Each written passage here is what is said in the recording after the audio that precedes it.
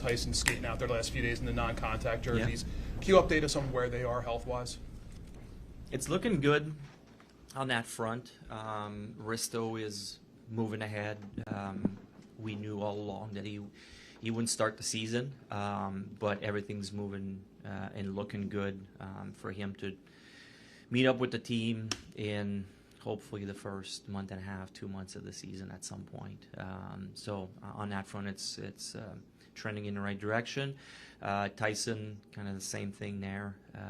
He's in a non-contact jersey to start training camp, but within the first week, we should be able to remove that and have him, be able to take physicality and hopefully later in camp getting in some games if everything, keeps going in the right direction. So pretty positive there. I know Jet, we kept him out of the rookie camp. Jet Luchenko's looking good on that front.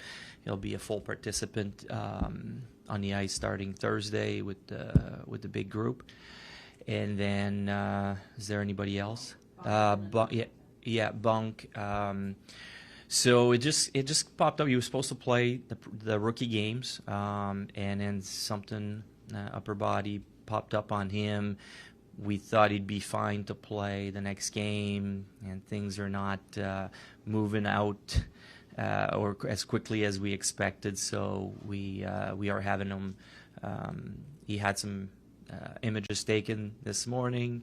We're just waiting for the doctors to give us a little bit more of an update once they're able to read it all.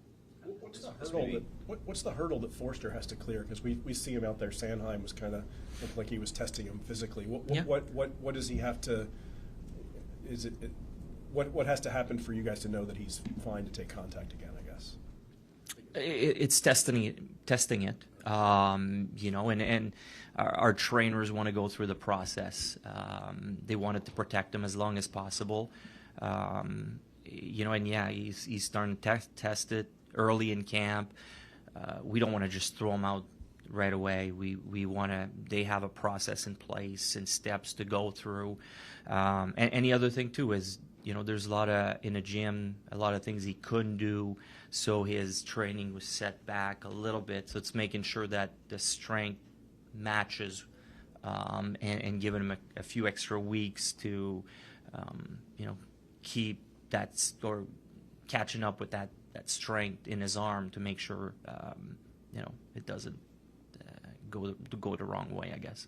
This may just be a quick oversight, but we got the rosters today, the training camp rosters. Jaeger Zamol wasn't on it. Is he fine, or is that just an oversight? Probably. Okay. Sure. Yeah, he's, as far as I know. Danny, when you project and look at the camp roster and when you guys will eventually get it closer to what you think it will be opening night, where do you think there's open competition, and realistically, how many roster spots do you maybe see up for grabs? There's a few, and that I think a big part of it is the development of our young guys, pushing for spots. In the rookie games, I thought Grabenkin and Bump looked good, so they're going to be some of the guys pushing. Obviously, Jet Luchenko is in that mix. I really I thought Gaucher, Nesbitt, and Barkey really stood out as well in those rookie games. They're maybe in that next layer, but they've been really impressive as well. And on defense, it's interesting. Grans and Andre Bunk was going to be in that. I don't know. We're waiting to see, but he's in that mix as well. And we added Jolson and Gilbert that are also pushing for jobs. So there's actually a few, and I don't know the exact roster spots that we have available because we have different options. We could go 13 or 14 forwards. We could go 7 or 8 D. So those are all things depending on how guys perform during camp that we're going to evaluate. This is the first time we're talking to you since you traded Ivan the other day. What does that speak to the depth you have at the position? Were you just looking for roster, salary cap flexibility? Can you just take us through the thought mindset there? A little bit of everything. one of the big thing is it helps, gives us a little bit more space, salary cap wise, because we were close. It gives us the option now of keeping a little bit more freely 23 roster players if we want to. And the fact is Carson Bjarnason turning pro. He's a prospect that we want to develop, and having two guys that were probably going to take ice time away from him in his development. We wanted to clear the path there a little bit for him to play. Obviously now we see Kolosov as the number 3. But clearly now Carson will be the number 4 and will get some games and hopefully pushes and earns more starts as the season goes by. So it clears up some space for our young guys. And, look, Kolosov was a rough season for him last year. Didn't play a lot. I don't need to go back into that situation, but, it's important for him to play a lot of games this year. He's still young. He's still, a prospect, and it kind of opens the door for him to play more games and to start probably in the American League and just find his game, find his confidence, find the swagger that we had seen from him the previous few seasons in the KHL. And there's no worry about him going back to the KHL then this year? No. No. No, as far as I'm concerned, none of that exists at this point.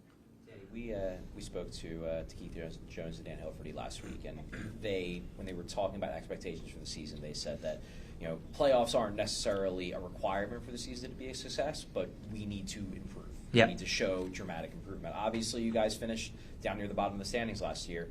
Why are you confident that this team can improve this season? Well, we added a few guys. There's still there's going to be some interesting fights for. We talked. He asked me the question about the roster spots, but there's going to be some, I guess, internal fighting for responsibilities, and that's what I'm excited about. Adding a guy like Zegras, we're all kind of wondering where are things going to develop for him. He was a tremendous player for his first 2 years in Anaheim, and then he got hit into some injuries. Can he refine that form that he had a couple years ago? Adding a guy like Dvorak, he plugs a big hole down the middle for us and help some of the young guys develop. The development of, you saw Michkov, Forster last year, Cates and Brink take a step in their game. And that's also part of the reason why, some of the guys lost responsibilities and gave us the chance to, reset in some form, the trade of Farabee, Frost, Lawton. The reality is those guys were starting to lose responsibilities because our young guys were starting to step up. Now we have more young guys that are pushing, and that to me is what is exciting. Is nobody can be comfortable or happy with what they've done in the past. They got to keep getting better and better, and that includes all our veterans, because our young guys are starting to push, and they want more, and they're hungry for more. And the following year we're going to have more of these young guys that will be pushing. Guys like Martone, maybe Berglund, maybe Nesbitt. So that's really where it's exciting for me, and we expect more of a fight internally, and we hope that it's going to make us better. It's going to hopefully make us more competitive throughout the season, and maybe push to get closer to the playoffs. At the end of the day, we want to make the playoffs. It's not like, okay, yeah, it's not the priority, but we still want to make the playoffs, and I want the players to keep pushing in that direction. Is this like a clean slate for everyone in that regard because of Rick coming in? A lot of it, yeah. And for some of the guys that had certain responsibilities, you can't take it for granted, and it's kind of the message every year. But even more so this year with a new coaching staff and the fact that we have, new addition and some young guys that are pushing. So nobody should be comfortable with what they've had in the past. and the new addition, the new players should be excited about the chance for more responsibility. What's it been like working? What's it been like working? I mean, it's only a short time, and it's been the summer. But what's it been like working with Rick Toffler so far? It's been awesome. It's been great. He's getting to know the players more and more. Because you're a new coach, new organization, so he's asking a lot of questions, which is cool. But he's also starting to make his own opinion. During rookie camp, watching the guys, watching the games. Now he's getting a clearer picture of what's coming. But it's been great sharing thoughts, and I've been really impressed with him and his coaching staff and the way they're breaking the game down, and what they want to implement going into this year. When you talk about clean slate, is Cam York somebody who maybe more than anybody else kind of needs that? Obviously, you showed what the organization thinks of him with the 5-year contract, but is he a guy that, whatever issues he had before, there's more to his game than we certainly believe that. Yes, we think he's got more. We think he's closer to what he was 2 years ago than last season. And I could say the same thing about Drysdale. I'm really excited for those two guys going into this season. He talked about just unlocking more of the offensive side of his game, and I also talk about this. He had Quinn Hughes, Cam followed Quinn. You're talking about Yorkie? Yeah. Cam followed Quinn at the national team program. Is there, obviously he's not going to be Quinn Hughes, but can you kind of get him on that path? Can Tosk? We believe so. Focus? Yeah, we believe so. We believe there's more in there. He's rounded his game nicely. I mean, when I first saw him, the first time I saw him, I never thought he'd become as good of a defender as he's become, and he's fierce. I've been really impressed by how brave he is to go retrieve puck down deep, taking hits, blocking shots, taking some, being willing to put his body on the line. I've been really impressed with that side of his game. And I think there's more offensively that hasn't come out yet. Keith Jones said last week that the plan is obviously not to sell players at the trade deadline like you guys have the last 2 years, but no one knows where you're going to be in February, right? Is that the message basically from you to the team? Is that you're almost challenging them, like, if you guys put yourself in a good spot, we're not going to have to sell players. We'll keep them together and make a run. How do you, I guess, convey that message? Absolutely, and some of the young guys that have, not young guys, older guys that have been around now the last couple of years, you're good at going into the season knowing that, if we're not in the playoff spot, we're probably going to trade players. That's not the goal going into this year, but obviously they have to hold their end of the bargain too. They have a job to do to get us there for that to not happen. Obviously, if we're going to have to look into it if we're not where we want it to be. But going into the season, certainly the message is we expect our team to take a step forward and try to help them, but not at the detriment of the future of this organization. We don't feel we're there. We're still kind of building this thing brick by brick, and that's the approach still going now. If there's an opportunity, we're going to jump on it, but we're still in the early stages of where we want to take this organization. I guess on the macro level, and to follow up to Kevin's question, you guys want to improve. That's the expectation, improvement. What happens if you guys don't? What happens if you don't take a step? If you're again in the bottom 5 of the league, you've mentioned about how you guys are done subtraction mode. But if you guys don't take a step, do you get back into subtraction mode? We might have to. I mean, it's not off the table. It's not what we're, I guess, looking to do at the moment. We want to keep helping the team improve and put them in a position to take a step forward. But yeah, the players will decide. And we've said that from day one. The players will have a big say in that. But at the same time, there's a lot of young players that we need to be patient with. They're starting to take steps, but it doesn't happen overnight. It takes time in the NHL. It's the best league in the world for a reason. So there's going to be some ups and downs throughout the year. We're just, hopefully not going to be in a position where we want to go in that direction again, where we move assets out to get younger or looking for draft picks. Ideally, if we do make some moves, it would be more for players that can help, in maybe not quite just like right now, but like not a draft pick. Hopefully, it's a prospect that's almost ready to help us. I think we're shifting away, hopefully, from only draft picks and looking a little bit more at prospects. You were talking about Cam York and Drysdale, obviously critical players on your blue line. Emil Andre is a guy you've seen flashes from. Mm-hmm. On a league-wide basis, so the trend is maybe go a little bit bigger on the blue line. So what does Emil essentially have to do? What do you need to see from him for him to be part of the mix on your NHL? Well, we saw some flashes early last year. His first recall, he was controlling the game. You watched him play, and he was. It felt like he was in charge out there. And then later in the season, that kind of went away. And the reality is, with his stature, we're going to need the Emil that we saw early in the season for him to stick around and to have an impact on the game, to stay here. That's what we're looking from him.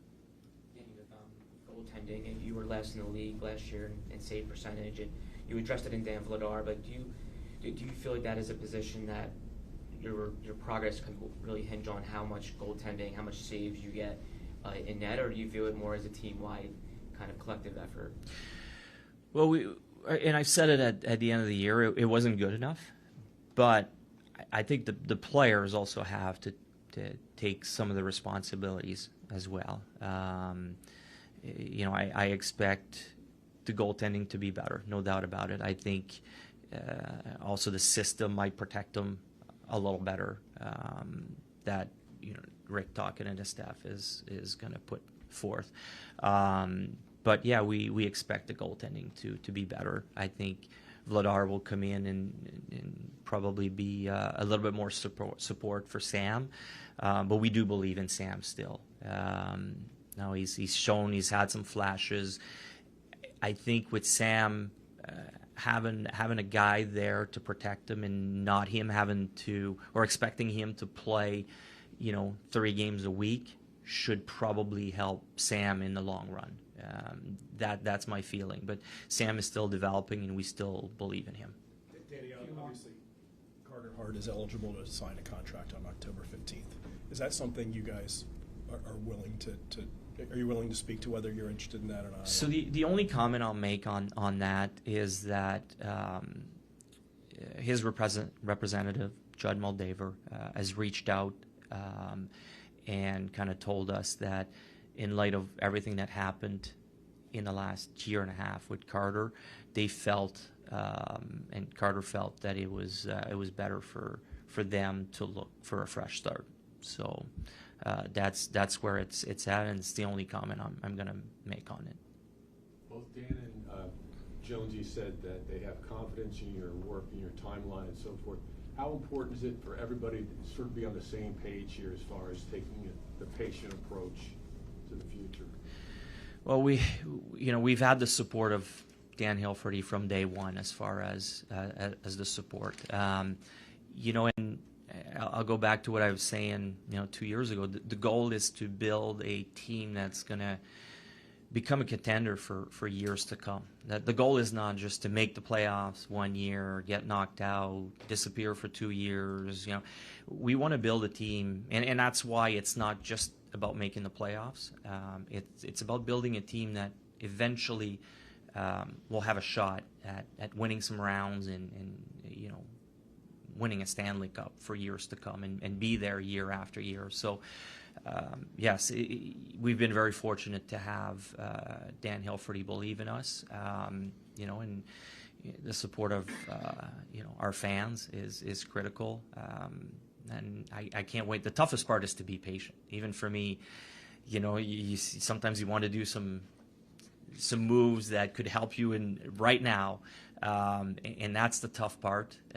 But I try to remind myself that the goal is to build a team that's going to be sustaining that level for years to come, and not just for 1 year and then reset after the year and try a different way again. So I really appreciate it, what the fans' patience and Dan Hilferty and his crew for that support. One or two more. What are your expectations for Matvei Michkov in year 2? To keep improving, to keep finding more consistency. Obviously, we're all excited about what he's shown last year and what he can become. But yeah, the biggest thing for him is to keep improving on that and to keep showing that game after game. And look, it's not just him, right? It's any rookies you go through that, and it's tough. And it's tough to. I remember as a player, one of the toughest thing is, you have those ups and downs, and instead of having those big waves, is having those little bumps along the way, and that comes with experience. It comes with time, and that's what I want to see from him, is those downs. Maybe they're not as dramatic, and those bad games are not as bad. After a while, it becomes, instead of one bad game, it becomes one bad period, and then eventually it's just one bad shift, and and that takes time. Every rookie goes through it, so that's kind of what we're going to be looking for from him this year. There's obviously a whole lot of big name players that have still not re-signed. I won't mention any names, but haven't re-signed with their respective clubs and could be free agents next year. From an organizational standpoint, I know you're trying to improve because you want to just start taking steps in the right direction, but is it also about showing the rest of the league and maybe showing some of these players that could be available that this is a place where you're going the right direction, you're moving the ball the right way, so that maybe if one of these guys does hit free agency, they look at the Flyers as a potential destination? Well, we've said it from day one that we're trying to, yes, again, we want to become a destination. But when we do our plans, we don't plan with the expectation that one of those guys is going to be free. We want to do it to get the team in the right direction. And when we plan, we look at, okay, yeah, we're going to save some cap space, but it could also be for, a Matvei Michkov, who keeps getting better and better, and Tyson Forster keeps getting better and better, and all those young guys that are coming. It doesn't mean that we're looking to go on the outside to do that, but we want to be a destination, and destination also that our players that are here appreciate what they have and want to stay here. That's why we do it. Now, if something comes up down the road in 3, 4, 5 years and it works, hopefully, there's a team or a player that gets us overboard and wants to play here. But most importantly, is doing it for the players that are here and that they want to stay here and want to keep, pouring their hearts out in the off season to get ready for the season, and willing to put everything on the line every single game to get our team better and better. Thanks, Danny. Thanks, guys.